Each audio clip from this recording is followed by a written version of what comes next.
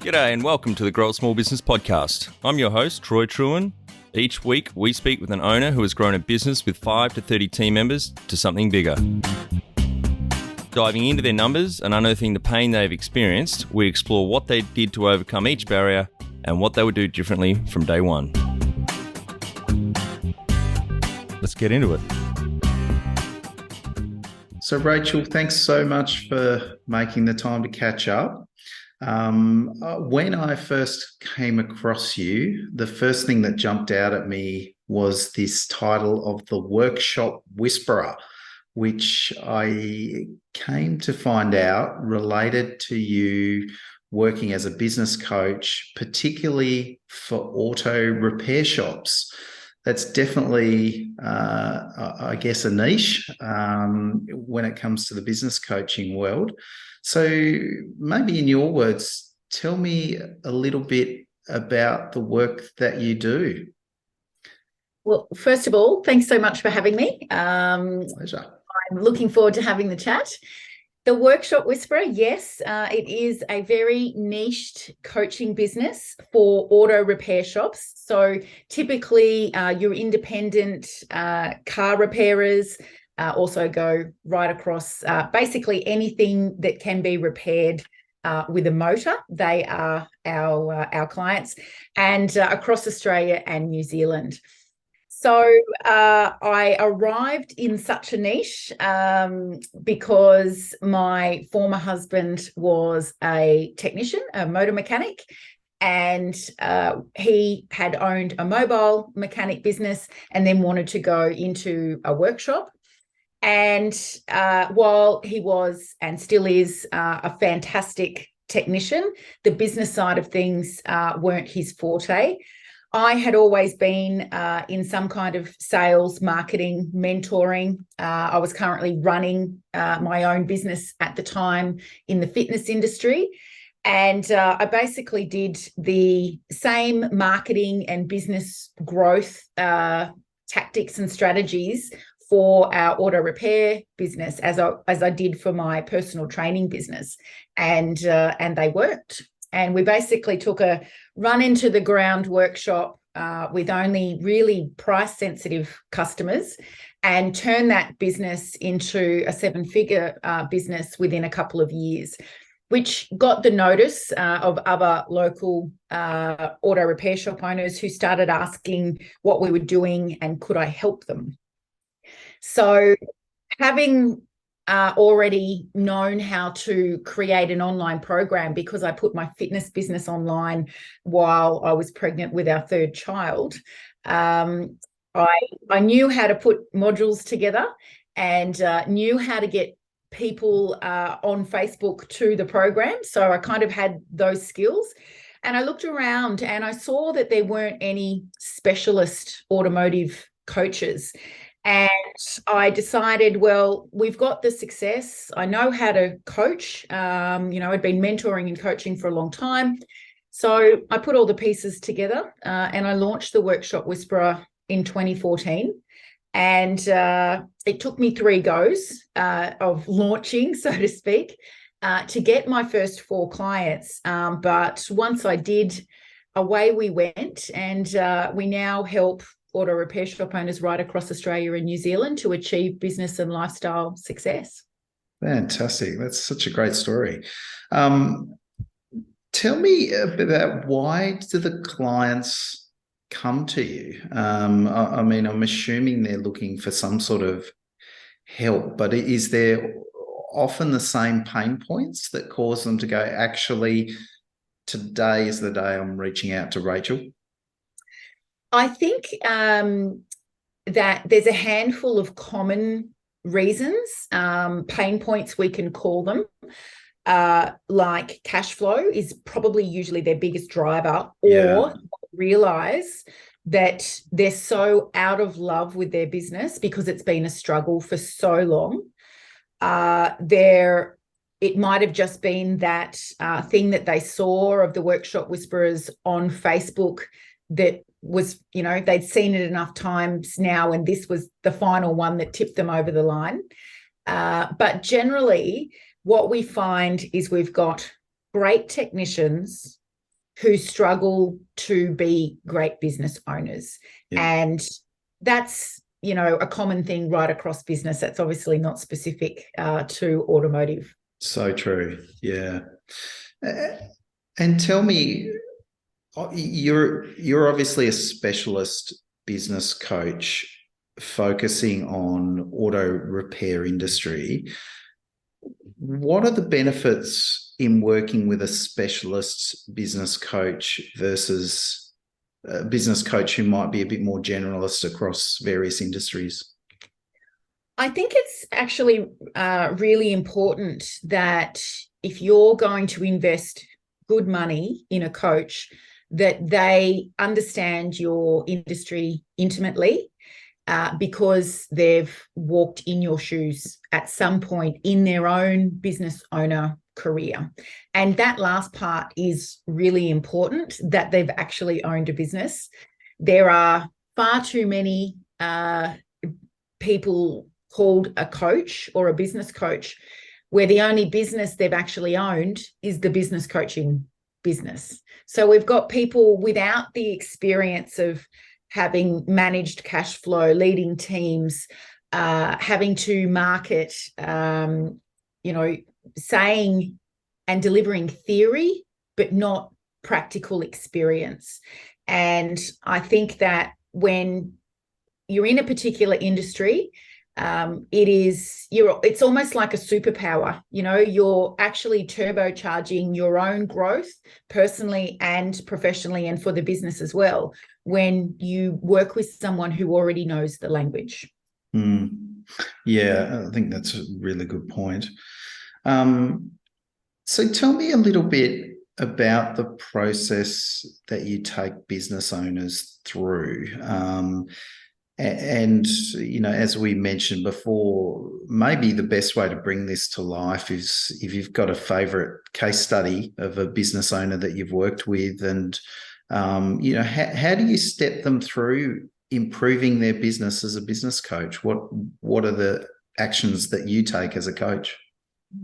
So I think it's important to note, back in 2014 when I started, it was just me.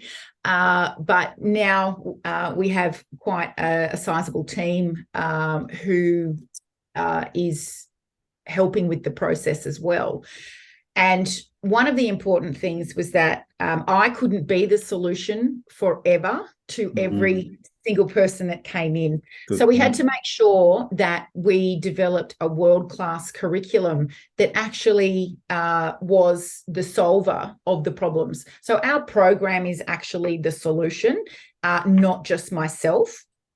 And that means that we've got a world-class university that our clients, when they come into the program, they start on a journey through that university and through that curriculum. Now, a client might initially come to us saying, I need more customers. I've got a marketing problem. That is rarely the actual issue. Usually it's a productivity, efficiency problem.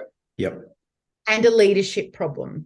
And if I can use the example of Chris, Chris had inherited a long-established business from his father, and financially it was doing quite good revenue.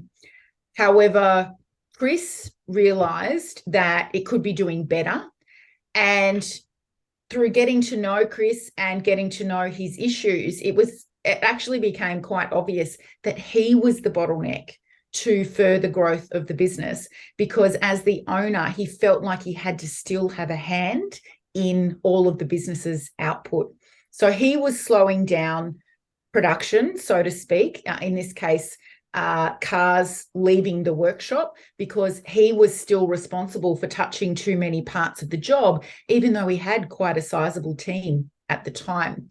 So by helping Chris with his own beliefs around leadership and especially procrastination, we were then able to work on the financial side of the business, where they had a 4-week wait list or waiting period before you could actually get in with your car.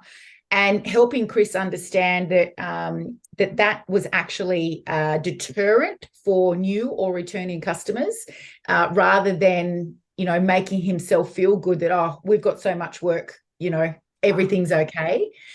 So helping him speed up processes, making the team more productive, focusing on the vehicle being in the workshop, making that the opportunity to be the most convenient for the customer. So making sure that we could get all work done possible on one day, not asking the customer to book back in the following week for tires and, a couple of weeks after that for brakes. And the result of all of that work was that Chris was actually able to step back and become the business owner, not just somebody who was still on the tools trying to have vision across everything.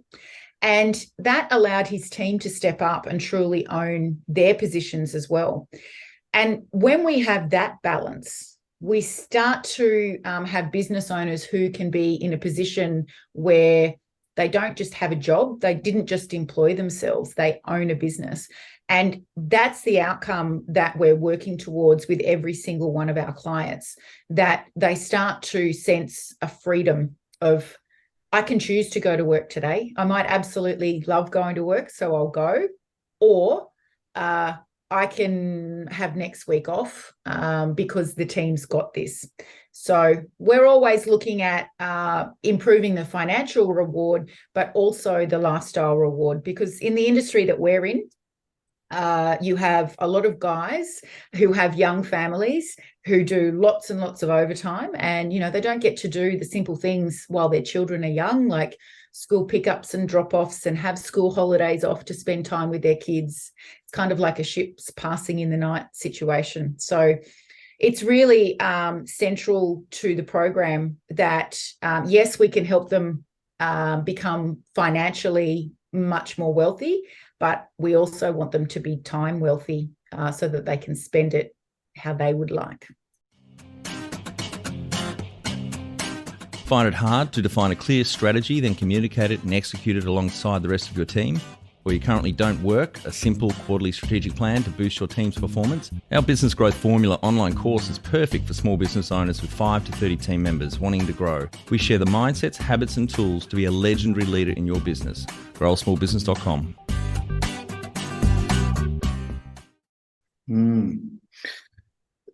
I think that's a really powerful point, because you see a lot of people getting into business and in all sorts of industries because they'd like more control over their life. And there's nothing worse than seeing someone who's got less control over their life and less discretionary time, going completely against what they set out to achieve in the first place. So that's right.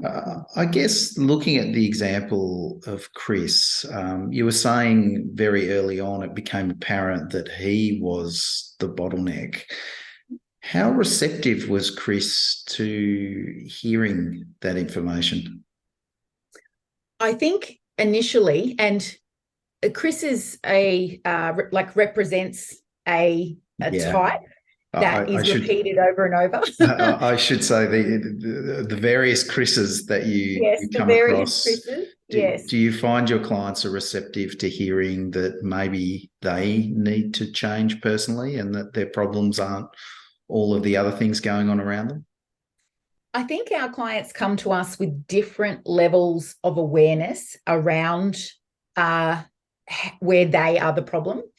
And some will just be seeking a validation that they suspected it was them, and now we're saying it, and okay, I totally get it, I can see. Others will be like, really? They've been used to blaming the team or other external factors, and sometimes that takes a little bit longer. And we might have to have a few more chats around what being a control freak, for instance, means, and how it bottlenecks the team, and how we can't let leaders rise into leadership voids that we might create for them if we're literally doing everything, or we want a hand in everything.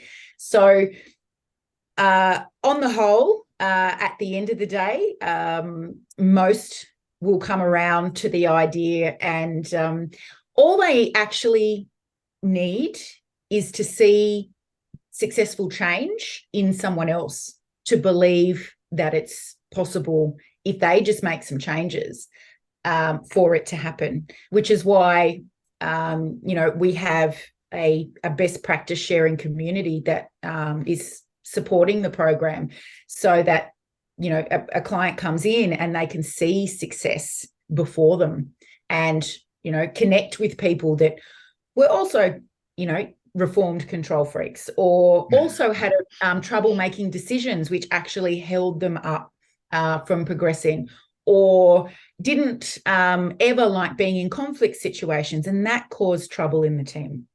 So as much as it is about us, being coaches, it's also providing a peer group where they can see real life living examples of the change and what it can do. Yeah, that makes heaps of sense, I guess, having those role models of people who have made similar changes. I guess just circling back to the process that you work through, Rachel, you were saying you tend to work in 90-day cycles. What would a client expect over the first 90 days engaging with you? In the first 90 days, our clients can expect to have completely overhauled the way money flows through their business. So cash flow is usually an issue, and we worked out quite early on that a proper cash management system was required. So we help our clients implement that, because we don't want the cash flow issues that they bring into the program, plus the investment in our program, to weigh so heavily on their mind that they can't think clearly enough to actually make the changes that are required. So in the first 90 days, we're helping them effectively either through additional savings or additional profits that we help them generate, pay for their program in its entirety. So we do an 18-month initial period together. And we also help them start to structure any debts that they may have brought in to the program. That might be cars, equipment, often to the tax office. That all forms part of the finance system that we help them implement. And we help them structure how they pay themselves. So most business owners that come to us are paying themselves the minimum in comparison to their team members, when we very much have a system where they get paid first, and then we teach the business to conform to the expenses that it should have, not just gobble up all of the available cash. So Great. The first 90 days is about changing money habits, setting up new systems, and generating additional profits and savings. Brilliant. Sounds like a great start. I think every business owner would be happy with some results like that over 90 days. Definitely. And it's important that there's quick wins. Yeah. Like we all want reinforcement that this is going to work for me, because the question we often have is this going to work for me? Yeah. So it's important that we get off to that good start. And, in subsequent 90 days, we work through the next most important things for the business. And we do it in 90-day sprints, as opposed to doing annual plans or 3-year plans, because we just need to be biting off one small piece of the elephant at a time, not trying to do something for 3 years down the track when we're only really just learning for the first time what's required to run a successful business. Fantastic. So, Rachel, talking to our audience more broadly now, what would be the one thing that you would recommend for any business owner to consider when they get back to the office and have to start thinking about their future plans? I would recommend to all business owners that they actually don't work Mondays. That might sound a little bit crazy, but we're huge supporters of a 4-day work week. We started doing one for our own business in 2016. We've been teaching it to our clients and how to help them transition to them since 2019. And we even help and consult to all businesses to make the transition under the banner 4 days for all. And the reason that you want to do this is firstly for yourself, because you need space when you're the business owner to relax, to restore, but also to be able to think for the business instead of just all of that, below the line stuff every day. Yeah. And you also want to involve your team in that because why would we want a life for ourselves and not for the people who actually devote an enormous part of their life to working for us? Burnout is prevalent, and it is a wonderful way to reduce burnout. I highly recommend that you look into it a bit further because there are numerous benefits to the employee and to the employer. You can expect the same productivity over 4 days as 5. You won't lose profits, but you'll have a healthier, happier, more communicative workforce. And that's just a better place to be. Yeah, I love it. I'll take that on as of this Monday. So wonderful. And Rachel, if people are trying to find you and looking to connect with you, what's the best way to track you down? So you can find us on social media, Facebook and Instagram, as The Real Workshop Whisperer. And my personal brand, The Real Rachael Evans. Throughout my journey owning The Workshop Whisperer, I developed, a space where I can just speak as myself, not just to auto repair shop owners. Yeah, great. And that's also where I help high 6-figure and 7-figure earning females as well, just to find that extra piece of fulfillment in business owner life. And also as 4 days for all. So the 4s are the number 4. And where you can go to our website and find us on social media there as well. Brilliant. Well, thanks so much, Rachel. That's covered lots of ground and heaps of value there, particularly for anyone with an auto repair shop, but some really good principles there more broadly for business owners. So really appreciate your time and your insights. Thanks so much for having me. My pleasure. And for our audience, we'd greatly appreciate a review in iTunes or whatever platform you listen to us on. More reviews means we bubble up higher in iTunes, etc. So more business owners looking for podcast help with their growth will find us.